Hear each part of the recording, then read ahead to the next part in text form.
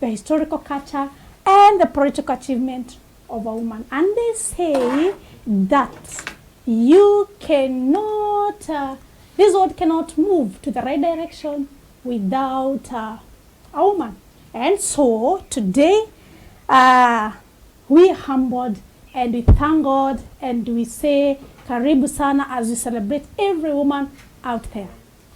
And now we say a day that every woman, every girl out there, every queen there, we say a woman need to be entertained, a woman need to be happy. And so today you're going to have 3 songs, and definitely as usual from a woman. And this is Queen's Talk, and the discussion that we usually have, it's discussion about a woman. And we come every Monday, Tuesday, and Wednesday from 10 to 11:30. And kama kawaida, mimi wako Wanjiku Githinji, and let's take this journey together.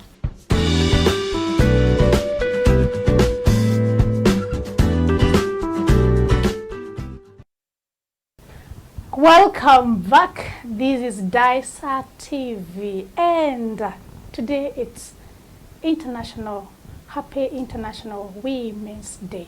And I say that every day, every moment, a woman is a woman, and this world cannot be without a woman. A woman is such an important person, is such an important aspect. Yani bila mwanamke hatuwezi, haiwezekani.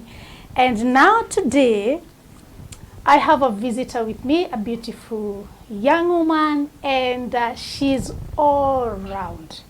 All round in terms of she can talk about business and so many other things. And because I don't want to preempt what she has, I want her to take us through the journey from childhood to adulthood to parenthood, the challenges that comes with parenting, the challenges that comes in business, just for her being a woman.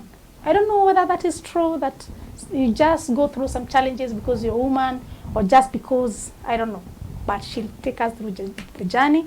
And with me, I have Wairimu Kuria.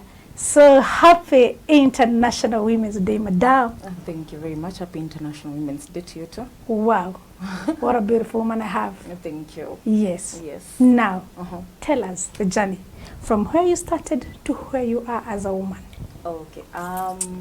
I am Wairimu Kuria. Yes. I'm a child of Mr. and Mrs. Kuria. Yes. I'm the 4th born. Wow. Boys ahead, then my younger sister. We are only 5 in our family. My mom was a teacher. I have been raised in a school. So, yeah, it was awesome. I got to enjoy the perks that people get to enjoy when they're in school. I got to steal mangoes. Wow. I got to eat chalk. Mtoto wa mwalimu anafanya hivyo. In plenty. I think I had a good childhood. Yeah. I was mostly raised, partly raised in Kahuhia. Then we moved to Kirugoya for 17 years. Then later moved to Thika. I moved to Kitengela. Lived most of my life and my children's life in Kitengela. Then later came back to Murang'a. Came back to my roots. Hey, na umesafiri. Nimesafiri dunia. Hey, and I have no complaints. Wow. I'm also a mother of 2 young girls. My oldest is turning 13 this year. Currently, I was told to say acting last born. Acting last born. I like that. Because I'm not yet done. Yes. We'll be turning 7 this year. Yes. Wow. Yes. And you don't look like. And you have no apologies to make. I have no apologies to make. I have to maintain myself. Thank you. Thank you. I like that. Yeah. Now, about business, I wanted to touch a little bit about business and what you do in business. I can say that I do a lot when it comes to business. I have sold clothes. I have sold panties and all that. I have reared chicken. I'm currently rearing chicken. Yes. I have reared pigs. Hey, when mkulima hodari. Mimi ni mkulima. And currently I'm looking into purchasing a piece of land in Nanyuki for me to be able to do the hay farming. Yes, that's what I'm looking into currently. Yes. Yeah. Wow, how has been the journey? What are the challenges that you go through as a woman in business? The journey is quite tedious, but also I would say that it is enjoyable since it makes it worthwhile. You get whatever you go through, you know that there is a possibility at the end of the road. So that is what I usually look forward to. In 2020, when I was rearing my chicken, I had 500 of them die. Hey, whoa! Hey, Jesus! It depressed That's too me. much. It actually depressed me a lot. Since this is what I was counting on during that time. And my mom had actually to tell me to, because it was too stressful for me. I know, my mom told me to just be away from them. I let it be done by the farmhand. I go away for maybe 1 or 2 months for me to be able to recollect myself. When you face such challenges of your whole product going, and it was only 2 weeks before I was supposed to sell them. Oh my good God. It was I don't know what to say. But later I regained my stance, and I have been able to work around it, and I cannot say that I wasn't educated about the issues that chickens face. I do know that they can get Newcastle disease, they can get typhoid, they can get all those diseases. I knew about them. What I did not know was that a bird can actually bring Newcastle inside the place where my chicken were being reared. That is what caused the whole drama of that. The issue also of selling clothes also in 2020, I did face a challenge also. The same time I was rearing chicken, I was still having another side hustle. I also had another side hustle of the clothes, and it got to a point that food was more important, because let's be real, in 2020 food was more necessary than anything else. Yes. So, it's God and then all of us were enclosed in the houses, so there was no need for you to buy a new cloth or something like that.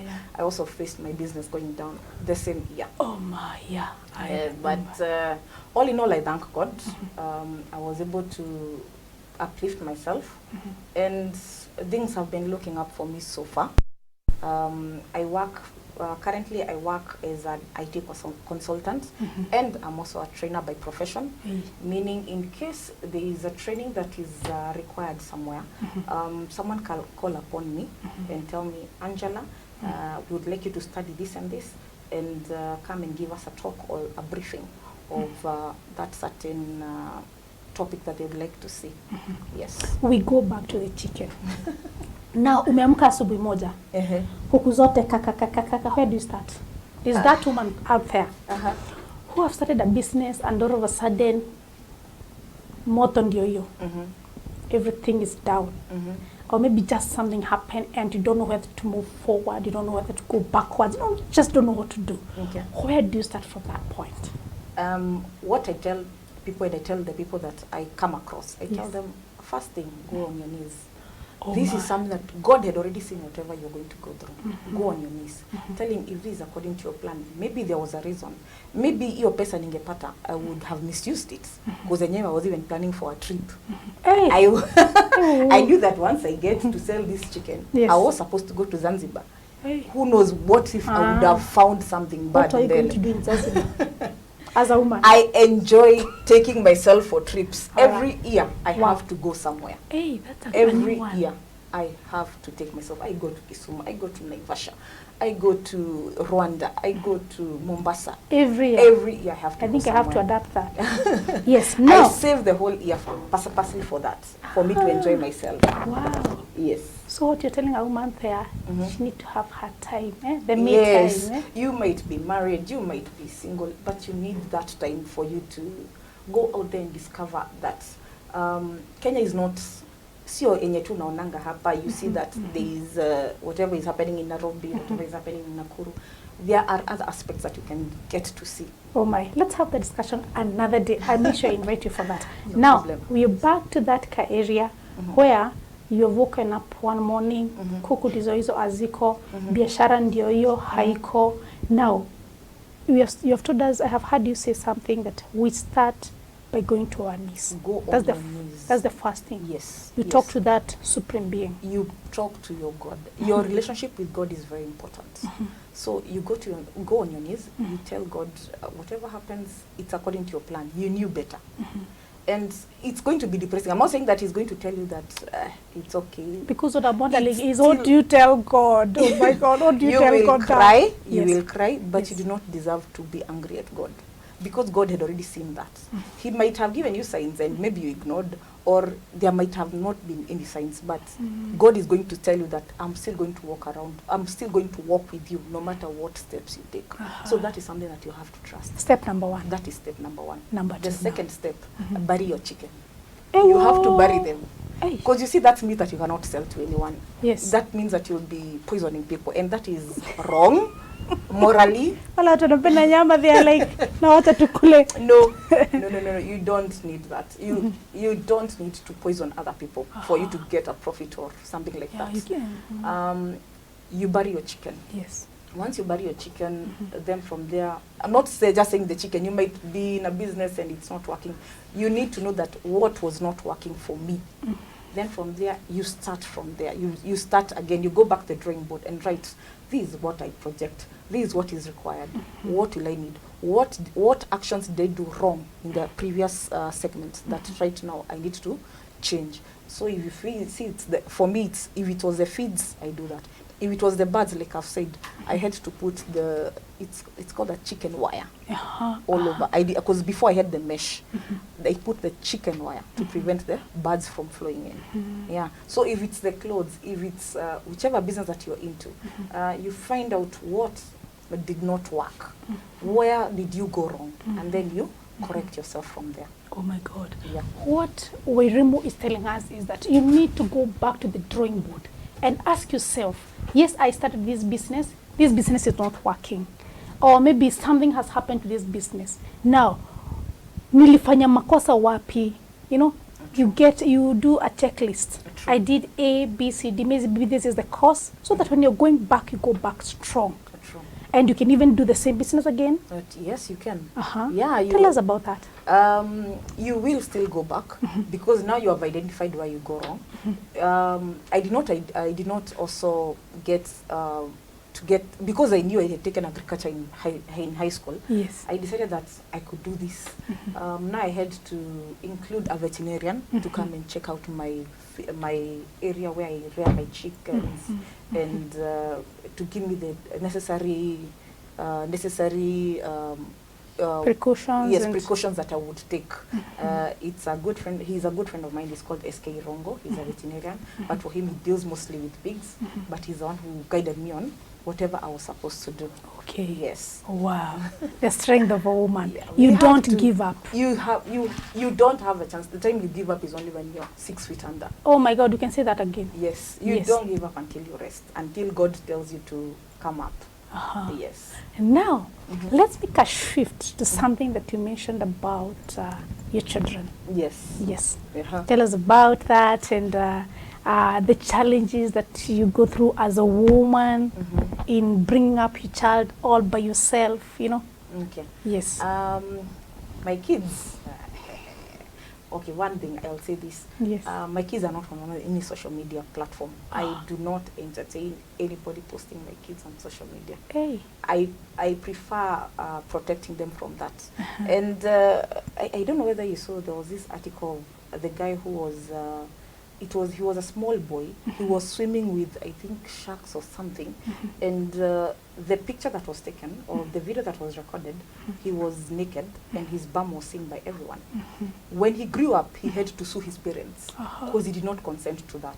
And in US, your kids are allowed to sue you in case you put them out there without their consent. Before their time? Without their consent. Ew. And you see a kid cannot consent. They might think it's all good and all that, but then things can go wrong. Look at the guy from Home Alone. He also went downhill because he was out there. He had a lot of money that he was dealing with. Let me go back to my children. My kids, like I said, they're not on any social media. So wala watu wa ndio sisi hawa umesikia. I also don't post people's children at all on any social media. My kids are my life. Wow. They are the sacred part of me. I will protect those two girls with those two kids so far. Let me put that so far in case I'm added another one. I'll protect my kids with my life. Wow. Being a single mom is difficult because there are sometimes your kid will ask that, Mom, mbona sioni baba, mbona? And what I have maintained is that my kids have a good relationship with their dad. My kids don't know what happened between me and their dad. I don't tell my kids that. What I told my ex when we parted is my kids will not learn whatever happened with us on social media. My kids, we will sit down, me and him, and talk to our kids. Let them ask us the question, such that he will be able to give his point of view, and I will be able to give my point of view. I like that maturity. Yes. Oh my God. It really lacks in so many women. Yeah, we don't need to have all this drama for you putting your kids out there and now you're fighting with your ex. You don't need all that. Oh my. Yeah. That's what I beautiful believe. thing. And then our differences, me and my hubby, those are your differences, not with your child. Your husband, your ex has no issue with your children. It's you who has an issue with your ex. So I prefer protecting my kids from that. If he was a bad person to me, they'll discover themselves. That's a good not one. Me telling them. Yeah, because you see, we're going to influence them on one-sided story, meaning that he'll not get a chance to be able to explain himself, and that is not right. Yeah. Just like if he was the one who took the kids, I wouldn't want him to go and tell them that your mom was this and this. My God, that's amazing. That's amazing. I have learned a lot. Yeah. That I don't have to. Like there's a person who keeps on telling me that there is me, there is my husband, and there is us. Yes. As we come back from the break, I want you to explain that. That there's now the difference between me, him, and us. Now the children involved. That our relationship is certainly not involved in the children. They have their life, you know. Sure. So wow, it is good. I have really learned a lot. I never knew that. Unajua wakati mwingine tutakuwa na makasiriko. Tuko makasiriko, baba yako, mama yako wako hivi. But oh my God, the strength of a woman. Thank you. I enjoy that. So keep talking to us through our SMS number, that is 23595, and our WhatsApp line is 0724121812. Keep telling us what you think about that. Kama we ni ule wa kuambia watoto baba yako nini, let's know how you feel about that. And we'll be right back in a few. Don't leave the seat.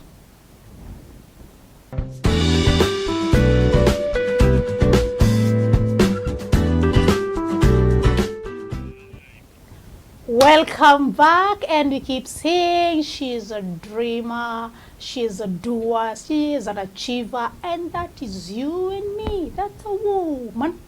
And we keep saying that you cannot do life without a woman. And now we have been having a discussion with my beautiful guest, Wairimu Kuria, and with me, Wanjiku Githinji, and let's keep roaring the show. And we had a discussion that we are talking about. And Wairimu, we have said there is me, there is you, and there is us. True. Now, the family now. Yes. So as a woman, because at times we feel like a woman feels like yeye ndio kila kitu. That she doesn't have a life. True. Ana maisha yake mwenyewe. Ana feel haiwezi fanyika, yani ni kama if that woman, you have said that you go for holidays. Yes, I do. Yani there's that woman who feel aizienda ina mahali, and surprisingly, you know what, if she happened to die, that home, the children will still continue. True. So talk to us about that. The children have their life, a woman has her life. True. And the other party has her life. Let's concentrate now more on a woman. What I can say is this. Yes. No matter what steps you're taking in life, Yes. always stop and smell the roses. Listen to the birds. Oh my. you don't have to do everything in a hurry. You have to find the small joys in life. You have to find, when you wake up in the morning, before you decide to put your feet on the ground, listen to the birds singing. If you're not anywhere where there's the birds singing, listen to the sound of you need to like wake up. So the small joys of being a mother are there. Being able to do homework with your children, being able to, in case you're married, being able to support your husband whatever he's doing, or receiving the support you need from your husband. Those are the small joys that you're supposed to find in your relationship. But also you need to also find the small joys for yourself, things that make you happy. If you love going to make your nails, do it. And tell your hubby, you need the kids this and this time, I will be having my me time. You want to go do your hair, he doesn't have to wait for you in the salon. Oh yeah. Hapo finyilia sana. Yes, me time. Yes, you have to have that me time, because you cannot grow only in marriage or in a relationship. You have also to grow yourself. Oh my God, yes. You don't need to, you're not a tomato that you have to have a tree stamped on you for you to enclose yourself. Oh, yes, now. You need to learn to be a tree. You need to blossom by yourself. Those are the things that you're supposed to look forward to. For me, I find the small joys in traveling. I love road trips. I'm mad about them. I also love having, there are times I usually close my bedroom and tell my kids, get out. I need you to be out there. I need me to be by myself. I will not put on my Netflix. I will just be there listening to myself and my thoughts, because I need to recollect me and my people up there in my thoughts. We need to sit down and see where we are going in life, what I need to grow, where I am currently, such things. Yes, so that is you. Then there is your spouse. If you're married, you need also to know how you're going to, what can I say? How you're going to grow your relationship together. Find date nights. If you're finding that your relationship is going downhill, find some time, go back to where it began. Is it possible? Yes, it is. Right. If he found you, if he found you somewhere or a stage or something, reenact that thing in your relationship. If he found you in a matatu, pretend to be, it's like a role-playing thing. Try doing such. If the first date where he took you was a movie, some of us were taken back when in a cinema. Oh, don't remind me. Currently, I don't think they are those ones. You need to go back to where it all began before you had the kids. You need to grow, you as a couple, before you can rediscover your kids. Then from there, you come whereby you grow with the kids. You need to discover each of your children has their own talents. You can find, like for me, my youngest one has taken up after me. We do TikTok videos with her. Don't ask for the handle. We do TikTok videos with her. We do dance a lot with her. We recite songs with her, such things. Wow. Then when it comes to my firstborn, I do a lot of chess with her. I play chess with her, which most of the times I'm failing. I do play Scrabble with her, such things, because those are the things that she is into. And if I was married, I'm sure whoever I would have been with, he would have helped me with the kids, that we would have grown together with the children. Take the kids somewhere where they enjoy. Which sport do they enjoy? What do they love doing mostly? Do they love swimming? Do they love the roller coaster? Do they love the they call it the merry-go-round? Depends. Take your kids there. Let them have some time, so that when they recall, when they'll go back to where they were. Like us, I don't think there is any Sunday growing up that we ate at home. We were always taken out by my parents. I don't remember Sunday that we, and that's how we grew up to be so bonded with my brothers and my sister and my parents, such that even our WhatsApp group, we usually even chongoa each other. And someone does not take offense, because I knew how my brothers grew up and I knew what they're talking about. And whenever they push or they put something out there, I understand, because I was there reenacting that life with them. Wow. Yes. With now your busy schedule, Mm-hmm.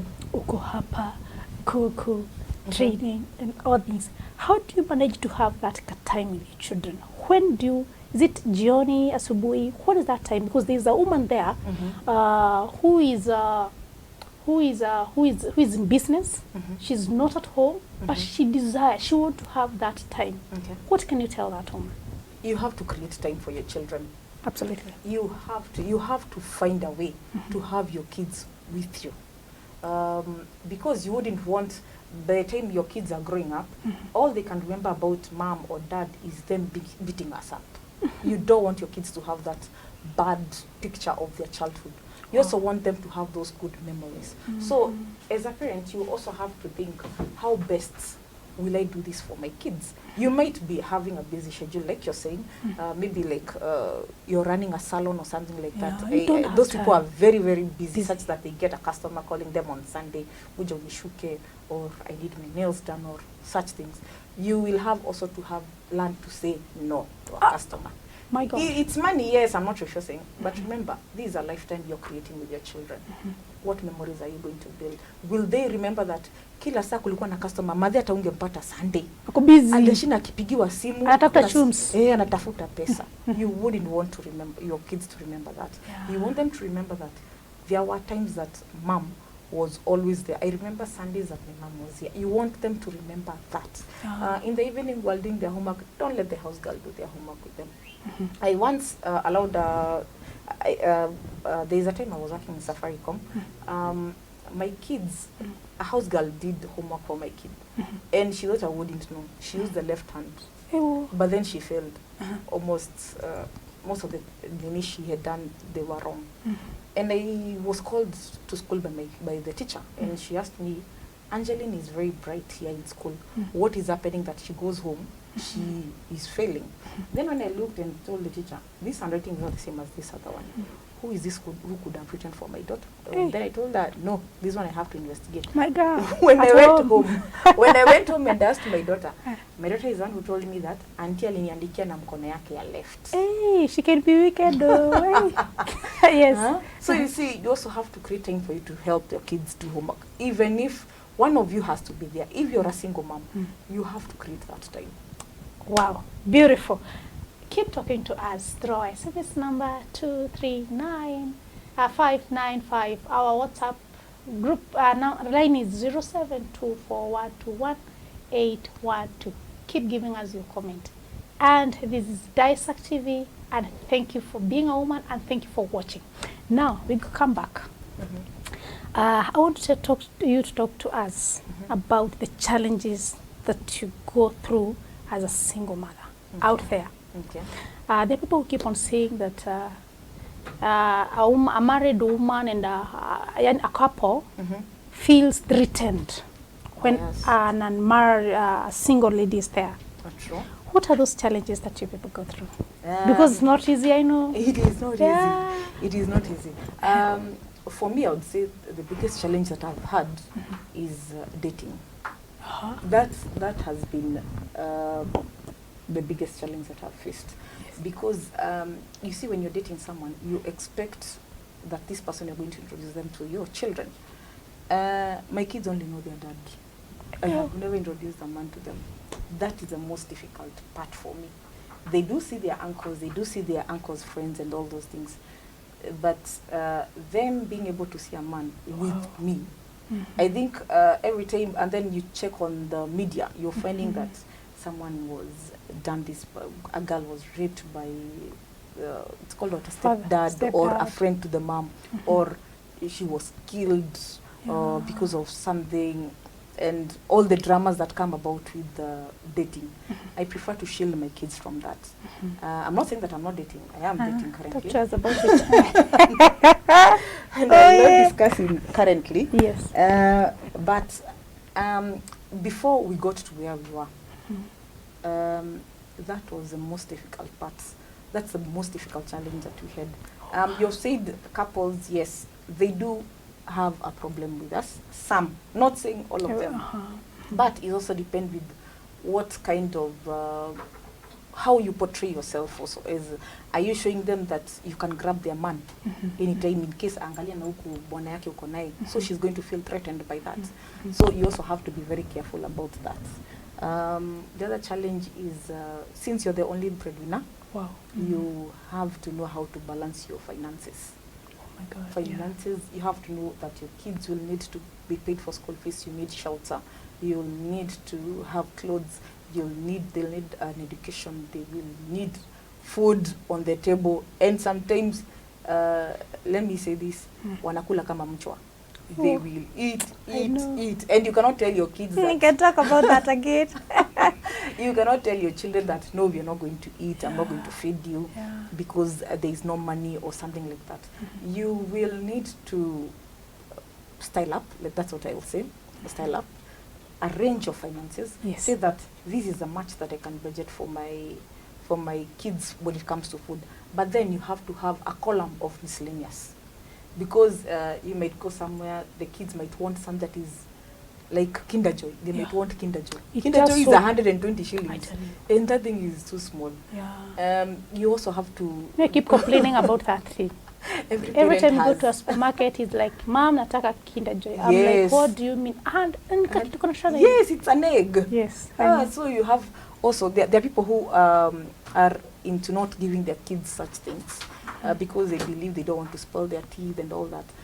But remember, this life is for the living. You cannot tell your kids ati sita kununulia hii. Not the Kinder Joy, I'm saying about buying a sweet pin pop or something. You cannot say that you're going to buy your kids that pin pop because it's itamharibu meno. Yes, itamharibu meno sikatai. Once in a while. But once in a while, spoil them. Just like you're spoiling yourself. You do take alcohol. It's also bad for your health. But you're not considering your health. You're now saying about your kids that their health.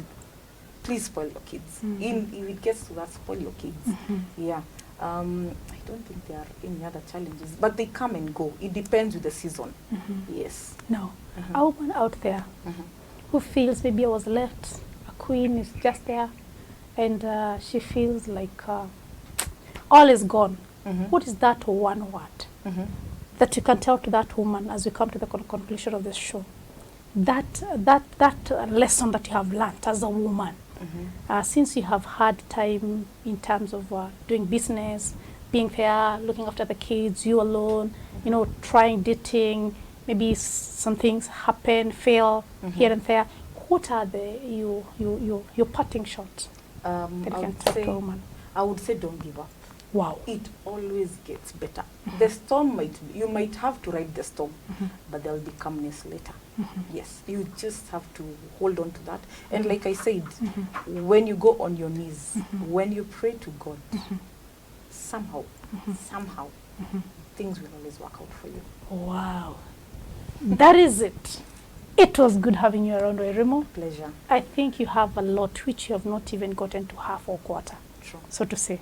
Thank you for coming. Asante sana. Happy International Women's Day. Happy International. And as we come to the end of the show, it was good learning a lot of things. And she keeps on telling us, don't give up. It's not over until it's not over. So don't give up. This still tomorrow. Doesn't matter what you're going through right now. Mbele iko sawa nasema. So we also believe in that. Mbele iko sawa. You out there, you feel you're alone, please, you've been told, manage your finances, create time for your children. That's what I hear you say. Create time for your children, help them do their homework, help them do their things, go out with them. You are the mother and the father, you are the queen out there, so you must be outstanding in all that you do. So as we come to the end of the show today, I say asante sana, thank you for watching Dysart TV through all our social media services. Thank you for sending us your messages and being fair. You're such an important person. Happy International Women's Day. I love you. And tomorrow tukutane hapa, and I make sure that I have something good for you. So let's talk. Matters Women. Thank you. I love you. Wow.